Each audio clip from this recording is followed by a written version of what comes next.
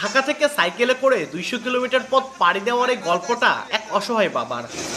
ছেলেকে মানুষের মতো মানুষ করতেই রিক্সা চালক মোহাম্মদ রাজুর এত পরিশ্রম। ছেলের একটি সাইকেলের ভীষণ দরকার, রক্ত ঘাম করা পয়সায় সেই সাইকেলটিও কিনেছিল বাবা। তবে ঢাকা থেকে পরিবহনে করে গাইবান্ধা নেওয়ার খরচটা জোগাড় করতে পারেননি, তাই নিজের পরিশ্রমী পায়ে খুঁজে নিয়েছেন শেষ ভরসা।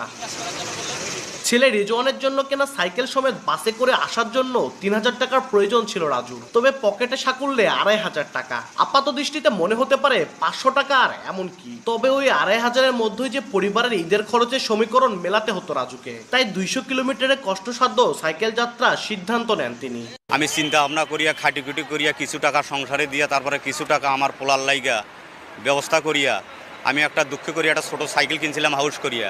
সাইকেলটা বাড়ি নিয়ে আসার জন্য আমি আবদুল্লাপুরে আসলাম চরিয়া। আবদুল্লাপুরে আসি আমার কাছে সাইকেলটার দাম টিকিট চাইলো 2000 টাকা, আমার কাছে আছে 2200 টাকা।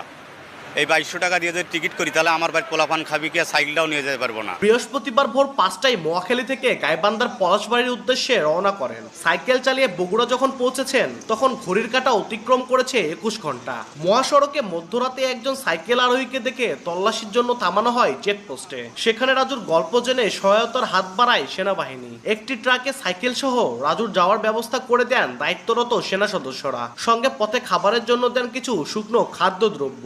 আস্তে আস্তে এই যে আজকে বগুড়া স্ট্যান্ডে আসিয়া দম নিয়ে একটা রুটি গলা খায়া আমি আবার রওনা দিলাম সাইকেল নিয়ে বাসামুখে। সেনাবাহিনী এখানে আমাকে অনেক কাজ জানার জন্য অনেকে কিছু খাওয়া খাদ্য হাবি যাবে এলে অনেকে প্রসেস করতেছে আমাকে খাওয়ানোর জন্য বা খাওয়াইতেছে। শত শত নেতিবাচক শিরোনামের ভিড়ে আশার আলো দেখায় রাজুদের গল্প।